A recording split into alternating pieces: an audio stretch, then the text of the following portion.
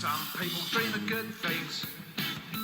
Very few people stay awake and do it. Hello and welcome. Today I'm going to show you how I am going to be pruning my tomato plant. Okay, so as you can see here, these are called suckers. They're basically clones of the tomato plant, and they grow between the leaf and the main stem.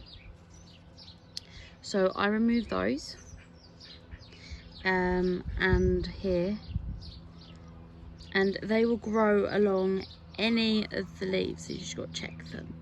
Another thing I will do is, with a clean pair of pruners even, I'll just nip off the bottom leaves just like that, and that one too. So you don't want to over prune your tomato plant, but you definitely want the bottom of it clear. Now you've removed all your lower leaves, just remember that you do still need to check that there aren't any other clones or suckers that are growing off, because they will still grow where the severed limb was, all the way up, and you don't want it to go too long because they grow into its own plant. But it does mean that you can break them off and give them to people as like presents or whatever.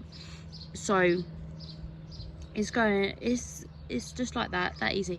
The reason why I do this is so that it improves airflow, so I can actually put them closer together. So I will do that for all my tomato plants along here, as long as they're indeterminate, not bushing type tomatoes, because obviously you don't want to do that to them, because then you will not have as many tomatoes as possible.